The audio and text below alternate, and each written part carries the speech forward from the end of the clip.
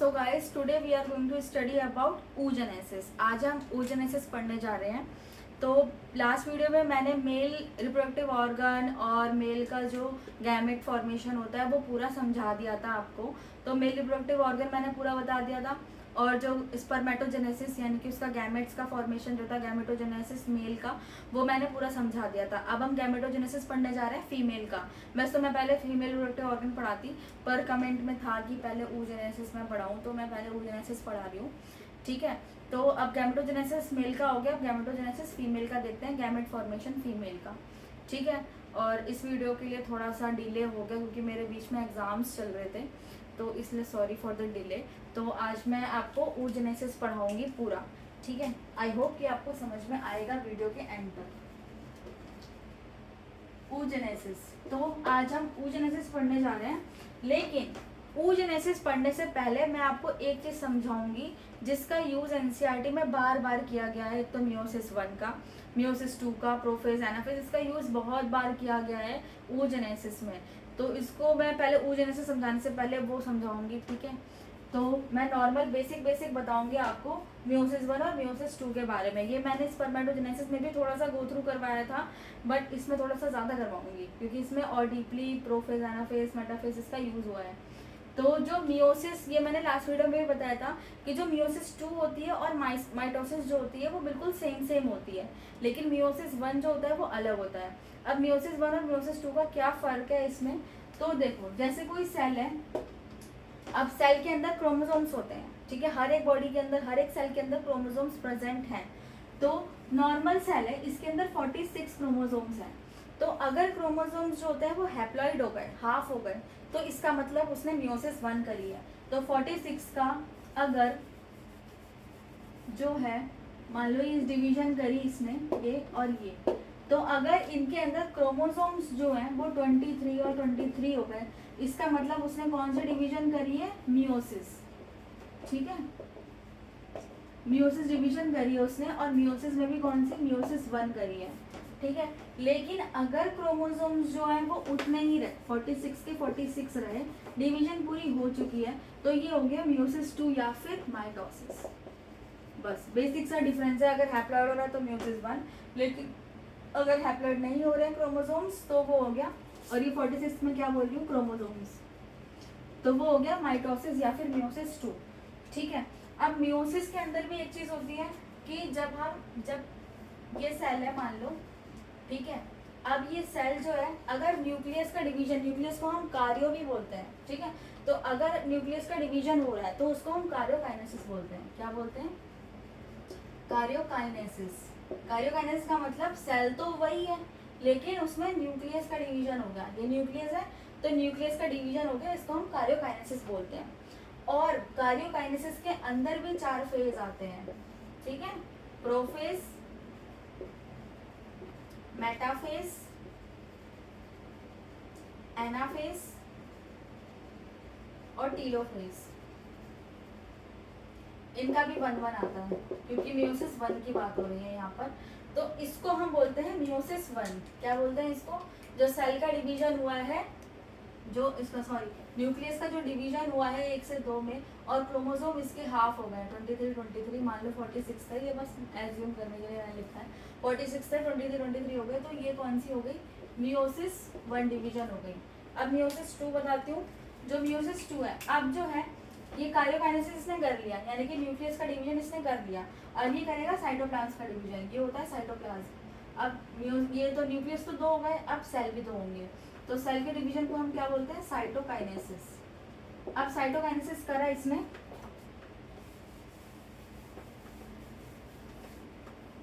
और साइटोकाइनेसिस करके इसने 2 सेल का डिवीजन कर लिया। ठीक है, अब ये 2 सेल बन चुके हैं। अब ये भी कार्योकाइनेसिस करेंगे। ठीक है, अब कार्योकाइनेसिस के अंदर भी 4 फेज होते हैं, प्रोफेज, मेटाफेज, एनाफेज और टीलोफेज। 4 फेज हो गए, लेकिन अब जो हो गया, ये भी न्यूक्लियस इसने 2-2 कर दिए, 2-2 साइटोप्लाज्म में और 2-2 न्यूक्लियस हो गए।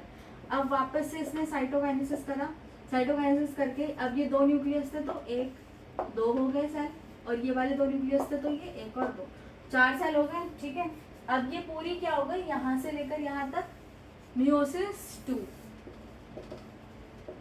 ये हो गई मियोसिस 2। मियोसिस 2 का मतलब कार्यो भी 2, प्रोफेज भी 2, मेटाफेज भी 2, एनाफेज भी 2 और टीलोफेज भी 2। अब यहाँ पर खूब सारे बन चुके हैं हमारे सेल्स, हम देख रहे हैं। तो इसमें मियोसिस में क्या होता है, नंबर ऑफ क्रोमोसोम्स तो ठीक सेम रहते हैं, बट सेल का डिवीजन होता रहता है। 23, अब ये भी 23। अब इसमें नंबर ऑफ जो क्रोमोसोम्स हैं वो सेम रहेंगे। आप कितने ही सेल के डिवीजन कर लो, लेकिन नंबर ऑफ क्रोमोसोम्स जो हैं वो सेम रहेंगे। इसलिए ह्यूमन बॉडी के अंदर नंबर ऑफ क्रोमोसोम्स जो होते हैं वो उतने ही रहते हैं, क्योंकि वहाँ पर जो डिवीजन चलती है वो मियोसिस 2 तक ही चलती है। ठीक है, अब हमारे अंदर 23 ही होते हैं। 23 जो फीमेल का हो गया, फीमेल सेल का, और 23 मेल सेल का, दोनों मिलाकर 46 बनाते हैं।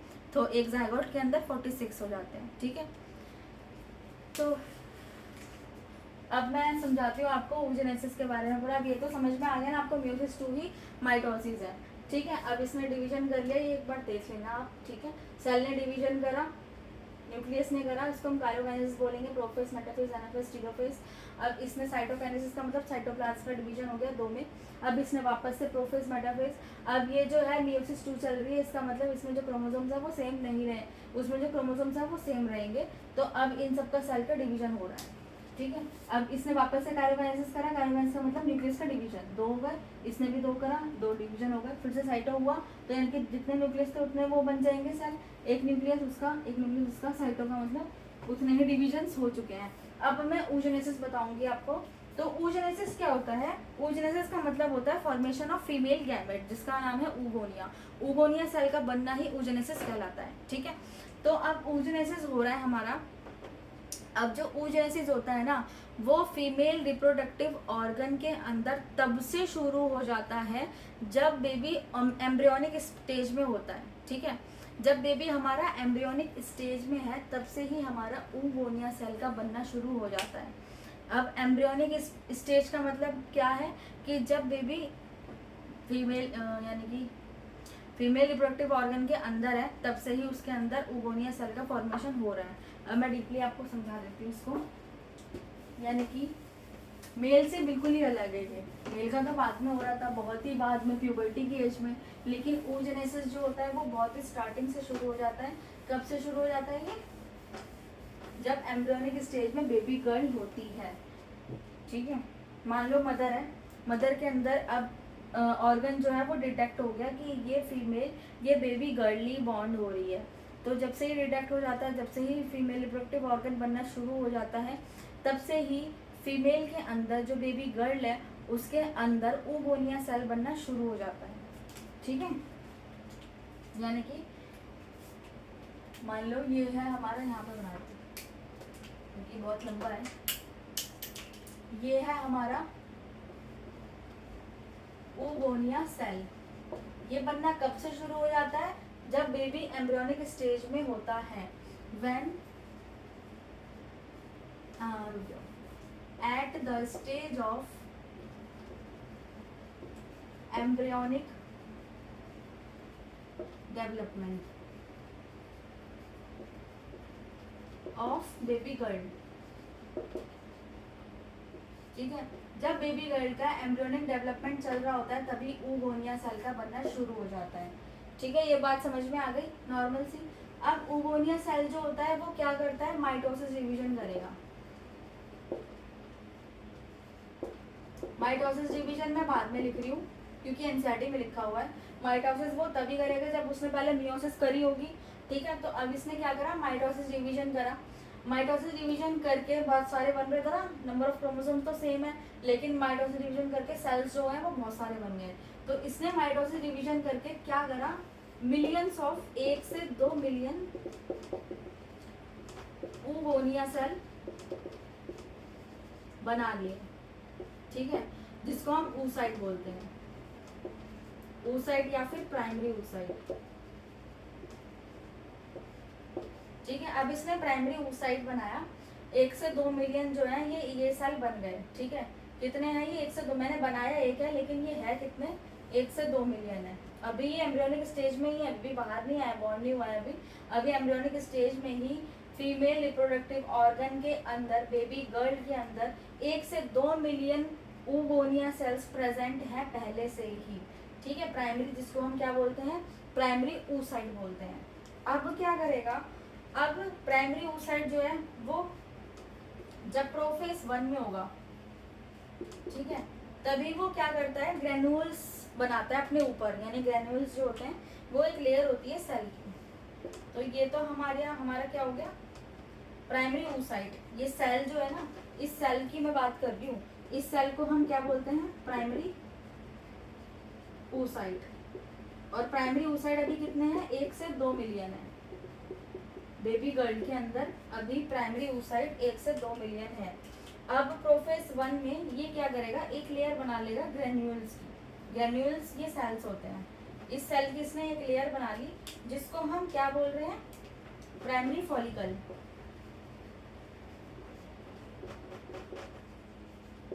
इसको हमने प्राइमरी फॉलिकल नाम दिया है, क्योंकि ये क्या है, इसने सेल एक लेयर बना ली ग्रेन्यूल्स की। ग्रेन्यूल्स की एक लेयर बन चुकी है, जिसको हमने प्राइमरी फॉलिकल नाम दिया है। और कितने प्राइमरी फॉलिकल्स हैं फीमेल रिप्रोडक्टिव बॉडी के अंदर अभी, 1 से 2 मिलियन। ओके, अब आगे बढ़ते हैं थोड़ा सा, ठीक है। अब आगे आ जाओ। अब क्या होगा, बेबी गर्ल बॉर्न होगी, ठीक है। अब बॉर्न हुई बेबी गर्ल, अभी तक तो अंदर थी एम्ब्रियोनिक स्टेज में, अब बेबी गर्ल बॉर्न हुई। यहाँ पर गर्ल की ही बात कर रहे हैं, जेनेसिस है ऑब्वियसली। तो अब बेबी गर्ल बॉर्न हुई, जब बेबी गर्ल बॉर्न होती है तब इसके अंदर क्या होता है, 1 से 2 मिलियन प्राइमरी oocyte नहीं रह जाते। वो कितने रह जाते हैं, 60 to 80,000, 60 to 80,000 प्राइमरी oocyte बचेंगे।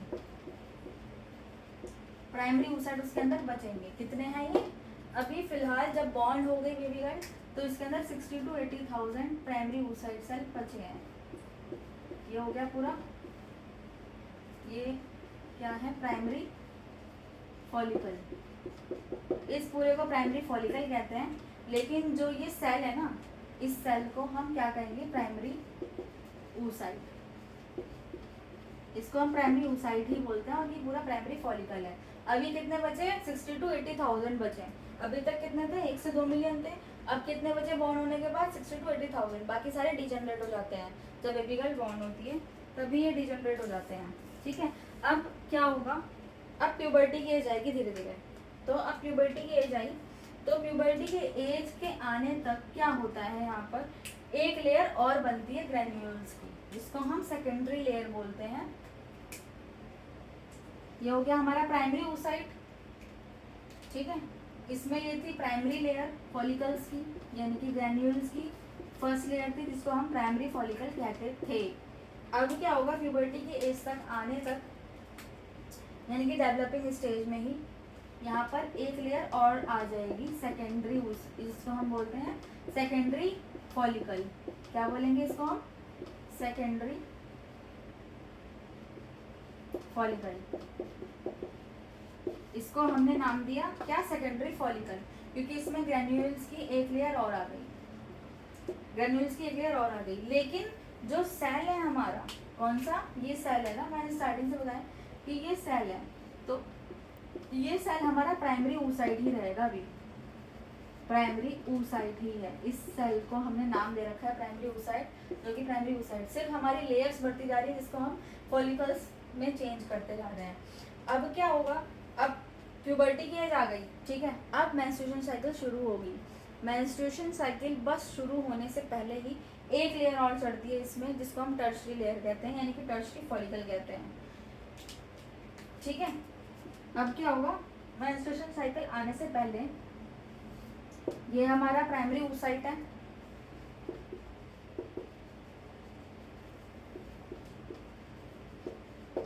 क्या है, हमारा प्राइमरी oocyte है, ठीक है।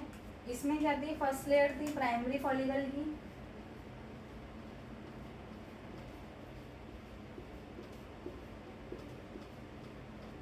ओके। अब एक लेयर हमारी और आती है सेकेंडरी फॉलिकल की,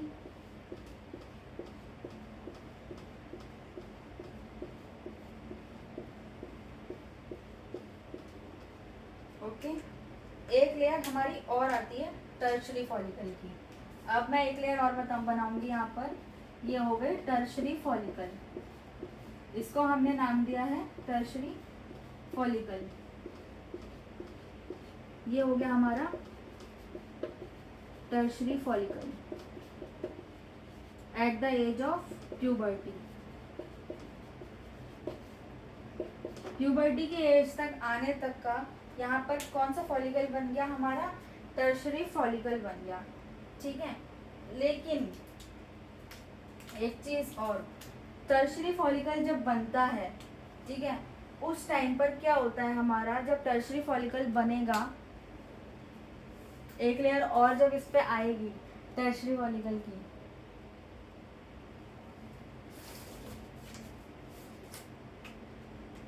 उस टाइम पर क्या होता है हमारा, सॉरी एक सेकंड, ये टर्शरी फॉलिकल बन गया हमारा। तो अब जो है टर्शरी फॉलिकल के अंदर जो न्यूक्लियस है वो, अभी हमारा मियोसिस डिवीजन जो है, मियोसिस 1 कंप्लीट नहीं हुआ है, अभी वो प्रोफेज 1 पर ही है, ठीक है। अभी तक वो प्रोफेज 1 पर ही था, यहाँ पर आके वो रुक जाता है, यहाँ पर आके क्या हो जाता है, ये रुक जाता है, प्रोफेज 1 पर आके यहाँ पर ये रुक गया है, ठीक है, अभी ये रुका हुआ है। लेकिन अब ये डिवीजन जो होता है वो पूरी कर लेगा, मियोसिस 1 यहाँ पर क्या होगी, कंप्लीट हो जाएगी। मियोसिस 1 एट, जब मेंस्ट्रुएशन साइकिल, मेंस्ट्रुअल साइकिल चलेगी, तब मियोसिस 1 जो है वो कंप्लीट हो जाएगी। अब मियोसिस 1 मैंने स्टार्टिंग में समझाया था आपको कि मियोसिस 1 जब कंप्लीट हो जाती है, उस टाइम पर हमारा क्या हो रहा था, 2 न्यूक्लियस बन रहे थे, ठीक है। अब हमारी मियोसिस डिवीजन यहाँ पर कंप्लीट हो गई, अब यहाँ पर हमारे 2 न्यूक्लियस बन जाएंगे, टर्शरी फॉलिकल के अंदर ही 2 न्यूक्लियस बन जाएंगे, ठीक है। एक तो हमारा पहले से ही ये प्राइमरी oocyte था, लेकिन अब क्या बन गया, सेकेंडरी oocyte, ठीक है। ये हमारा हो गया सेकेंडरी oocyte, थोड़ा बड़ा होता है प्राइमरी से, ये हो गया हमारा सेकेंडरी oocyte, और ये क्या था हमारा, प्राइमरी oocyte तो पहले से था ही। अब टर्शरी फॉलिकल है तो हमें सारे फॉलिकल्स बनाने पड़ेंगे, प्राइमरी से लेकर टर्शरी तक का। तो एक लेयर हमारी ये हो गई प्राइमरी फॉलिकल की, जो चलती आ रही थी अभी तक,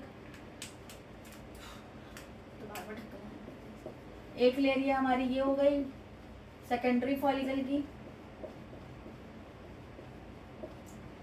एक लेयर हमारी ये हो गई टर्शरी फॉलिकल की।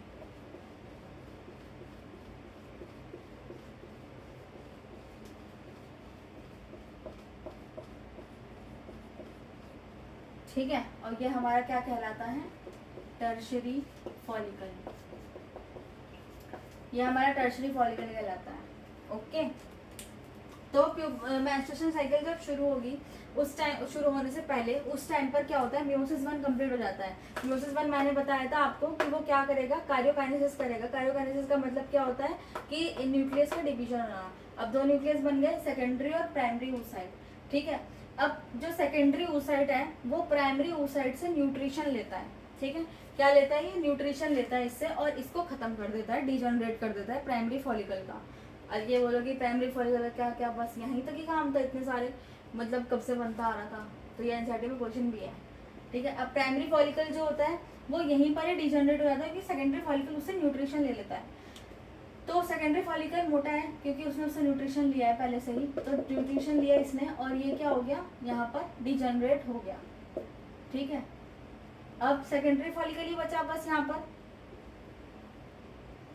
ये हो गई सेकेंडरी oocyte। अब तक हमारा प्राइमरी oocyte चल रहा था, अब हमारा क्या बन गया, ये सेकेंडरी oocyte बन गया। यहाँ पर यहाँ तक प्राइमरी oocyte था हमारा, primary oocyte, primary oocyte, primary oocyte, खाली हमारे फॉलिकल्स चेंज हो रहे थे क्योंकि ग्लैन्युलर सेल जो होती है वो बढ़ रहे थे, तो टर्शरी फॉलिकल है। लेकिन हमारा oocyte जो था वो प्राइमरी था, अब सेकेंडरी oocyte बनेगा हमारा। अब जो सेकेंडरी oocyte है उसके अंदर एक लेयर और चढ़ती है, जिस लेयर को आप जानते भी होंगे, क्या कहते हैं, जोना पेल्यूसिडा, ठीक है। एक लेयर ये चढ़ा देता है जिसको हम क्या बोलते हैं, जोना पेलुसिडा। ठीक है, अब इसने जोना पेलुसिडा लेयर इसके ऊपर आ गई है। जोना पेलुसिडा लेयर का एक और काम होता है कि जब स्पर्म जो होता है वो ओवम पे मतलब एंटर करता है तो जोना पेलुसिडा लेयर जो होती है वो खुल जाती है, एक स्पर्म जाएगा। जैसे ही एक स्पर्म ओवम के अंदर चला जाता है वैसे ही जोना पेलुसिडा लेयर जो होती है वो बंद हो जाती है, अपने आप को कवर कर लेती है ताकि उसके अंदर और स्पर्म्स ना जाएं। गलती से एक और चलाता है तो फिर वो ट्विंस हो जाते हैं, ठीक है, आइडेंटिकल ट्विंस हो जाते हैं।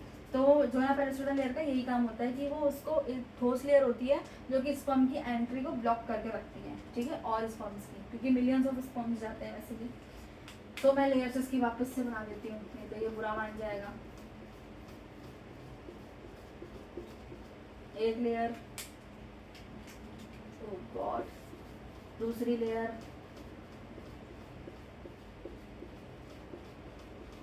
अब मैं इनके ढक्कन ना खोल के रखूंगी, बार-बार मत इरिटेट हो। ठीक है, ये हो गया टर्शरी लेयर। ओके, यहाँ पर क्या बन गई हमारी, जोना पेलुसिडा लेयर बन गई है। ओके, ये लेयर चढ़ गई इसके ऊपर जिसको हमने क्या बोला, जोना पेलुसिडा बोला। अब हम इसको टर्शरी फॉलिकल नहीं कहेंगे, जोना पेलुसिडा चढ़ चुकी है, कुछ ना कुछ बदलाव होता है तो नाम का भी बदलाव होता है। अब हम इसको मदर फॉलिकल बोलेंगे, यानी कि इसके बाद कोई फॉलिकल नहीं बनने वाला है, तो ये लास्ट है, वो क्या हुआ फॉलिकल्स का। अब ये क्या हुआ, मदर फॉलिकल बना, क्या बन गया, मदर फॉलिकल। मदर फॉलिकल या फिर हम इसको ग्राफियन फॉलिकल भी बोलते हैं, और क्या बोलते हैं हम इसको, ग्राफियन फॉलिकल भी बोलेंगे। मदर फॉलिकल या फिर ग्राफियन फॉलिकल हम इसको बोलते हैं। इसको, ये पेलुसिडा है, पेलुसिडा तो मत बुरा मानती हो, ठीक है, मदर फॉलिकल या फिर ग्राफियन फॉलिकल ये हमारा बन गया। अब क्या होगा, अब मेंस्ट्रुएशन साइकिल हमारी चल रही है, तो मेंस्ट्रुअल साइकिल के अंदर एक फेज आता होगा, आपको पता है, ल्यूटिनाइजिंग फेज। कब आता है वो, जब 14th डे चल रहा होता है। ये मैं मेंस्ट्रुअल साइकिल में बताऊंगी आपको पूरा कि ल्यूटिनाइजिंग फेज होता है उसके अंदर। एक ल्यूटिनाइजिंग फेज में क्या होता है कि आपका जो ओवम होता है वो बाहर आता है। अब ये सेकेंडरी oocyte को भी हम ओवम बोलते हैं। अब सेकेंडरी oocyte क्या कहलाता है, ओवम। एक तो खोल के रख दो, ओवम। सेकेंडरी oocyte को हम क्या बोलते हैं, ओवम बोलते हैं। तो अब ये जब हमारा, अब क्या होगा, हमारे मेंस्ट्रुअल साइकिल चल रही है, तो मेंस्ट्रुअल साइकिल चलते चलते क्या होता है, जो LH ल्यूटिनाइजिंग हार्मोन होता है उसका लेवल इंक्रीज हो जाता है। कौन सा हार्मोन है, ल्यूटिनाइजिंग हार्मोन। कब चलता है ये, ल्यूटिनाइजिंग फेज में हार्मोन का लेवल बहुत ज्यादा बढ़ जाता है, जिसको हम क्या बोलते हैं, LH सर्ज। LH सर्ज का मतलब क्या होता है, ये लेयर टूट जाती है। LH सर्ज का क्या मतलब होता है कि ये लेयर जो होती है वो टूट जाती है, और ये लेयर जब ये टूट जाएगी, बिखर जाएगी, ठीक है, बना दूं क्या दोबारा, समझ लीजिए। तो जब ये लेयर टूट जाएगी तब क्या होगा, हमारा जो oocyte है यानी कि ओवम है वो बाहर निकल के आएगा। कहाँ निकल के आएगा, बाहर निकल के आएगा मदर फॉलिकल से। अब ओवम बाहर निकल के आ गया, ये हो गया हमारा ओवम, ठीक है, सेकेंडरी oocyte या फिर ओवम। सेकेंडरी oocyte या फिर ओवम हो गया, ठीक है। अब ये हमारा बाहर निकल के आया ओवम। तो अब क्या होगा, ये कब आता है, ल्यूटिनाइजिंग स्टेज में, ठीक है, जब ल्यूटिनाइजिंग स्टेज चल रहा होता है। ल्यूटिनाइजिंग स्टेज कब चलता है, 14th day of menstrual cycle के। तो मैं रब कर दूं क्या थोड़ा सा, ऐसे में समझा देती हूँ, चलो। तो जो ओवम है ना वो बाहर निकल के आया, कब आया, ल्यूटिनाइजिंग स्टेज में। ल्यूटिनाइजिंग स्टेज कब चलता है हमारा, 14th day of menstruation cycle के, यहाँ समझा रही हूँ, 14th डे ऑफ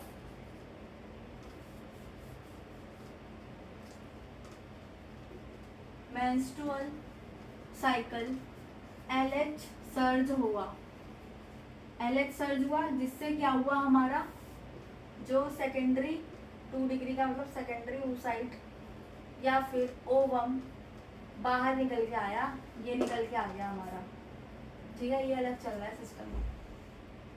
तो ओवम हमारा बाहर निकल के आ गया। अब क्या होगा, 14th डे चल रहा है।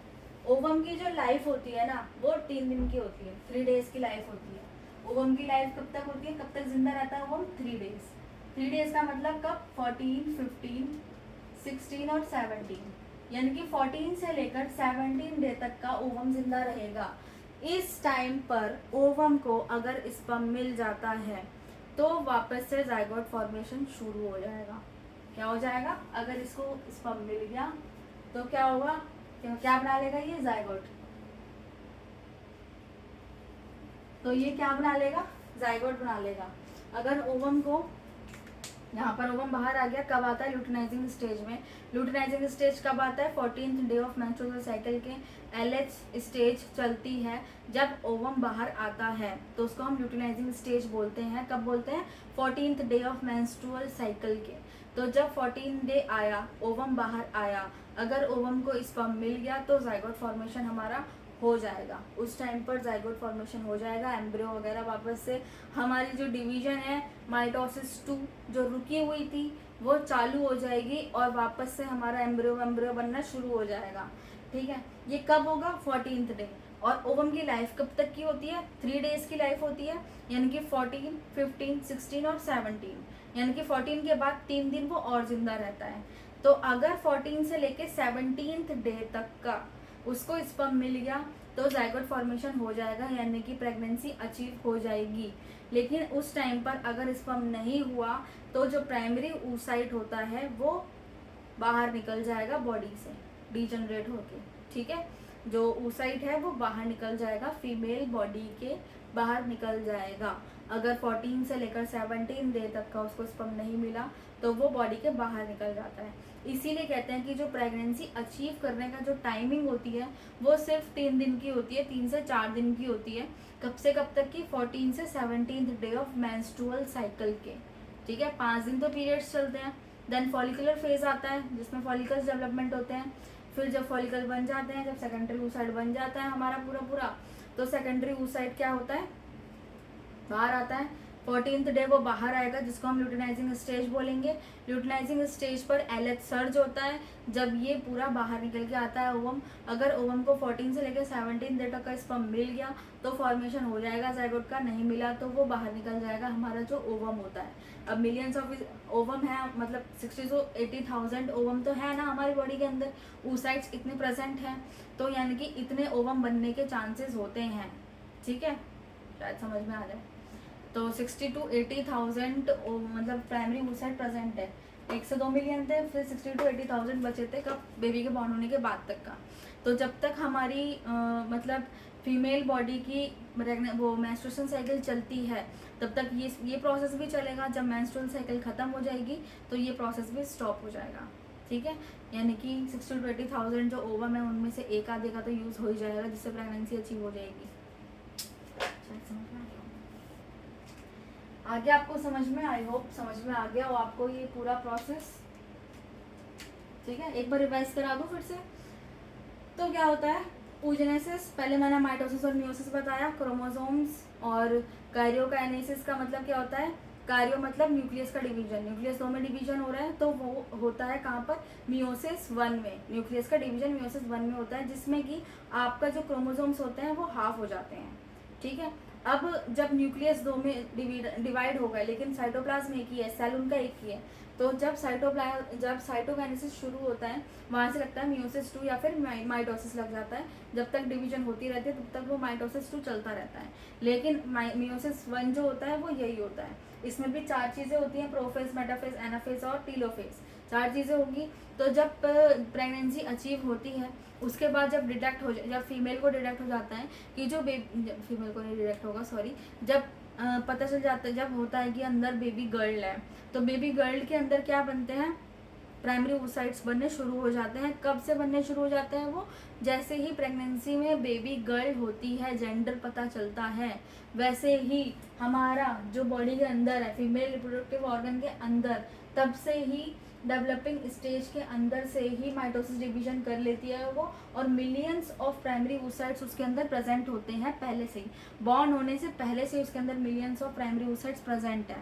ठीक है, जैसे ही बेबी बॉर्न हुआ और इसके ऊपर ग्रेनुल्स की लेयर चल जाती है, ग्रेनुल्स की लेयर चढ़ जाती है, जिसको हम प्राइमरी फॉलिकल बोलते हैं। लेकिन oocyte जो है वो प्राइमरी oocyte ही कहलाता है, जो न्यूक्लियस होता है। अब बॉर्न होगी गर्ल, बॉर्न होने के बाद 60 to 80,000 प्राइमरी oocyte बचा। इसके ऊपर एक ही लेयर है अभी प्राइमरी, फिर एक और लेयर होती है जिसको हम सेकेंडरी फॉलिकल बोलते हैं, एक और लेयर चढ़ती है जिसको हम टर्शियरी फॉलिकल बोलते हैं। फिर क्या होगा, हमारे प्यूबर्टी की एज आएगी। प्यूबर्टी की एज में क्या होता है, हमारा मियोसिस 1 जो होता है वो पूरा कंप्लीट हो जाता है। मैंने मियोसिस 1 बताया कि जब वो पूरा कंप्लीट हो जाएगा तब वो क्या करता है, कार्योकाइनेसिस करता है। अभी तक तो प्रोफेज 1 में ही था, अब उसने पूरा कंप्लीट कर दिया। प्रोफेज 1 में रुक गया था ना, यहाँ पे कहाँ गया, यहाँ पे प्रोफेज 1 में ही रुक जाता है। फिर उसके बाद प्यूबर्टी की एज तक का वो पूरा कंप्लीट कर लेता है। जैसे ही कंप्लीट होगा वैसे कार्योकाइनेसिस हो जाएगा, यानी कि 2 न्यूक्लियस बन जाएंगे। 2 न्यूक्लियस बन गए, प्राइमरी और सेकेंडरी। ठीक है, अब सेकेंडरी वाला जो है प्राइमरी से न्यूट्रिशन लेता है, प्राइमरी को खत्म कर देता है। प्राइमरी जो है यहीं पर डिजेनरेट होकर मर गया। अब सेकेंडरी वाले के ऊपर एक लेयर और चढ़ जाती है जिसको हम जोना पेलिसोडा लेयर कहते हैं। एक लेयर और चढ़ गई तो हम इसको मदर फॉलिकल बोलेंगे। ठीक है, मदर फॉलिकल या फिर ग्रेफियन फॉलिकल हम इसको बोलते हैं। अब क्या होता है, इसके अंदर से जो ये प्राइमरी ये सेकेंडरी oocyte जिसको हम ओवम बोल रहे हैं वो बाहर आता है। अब वो बाहर कब आएगा, जब ल्यूटिनाइजिंग, जब LH स्टेज चलती है मेंस्ट्रुअल साइकिल के अंदर।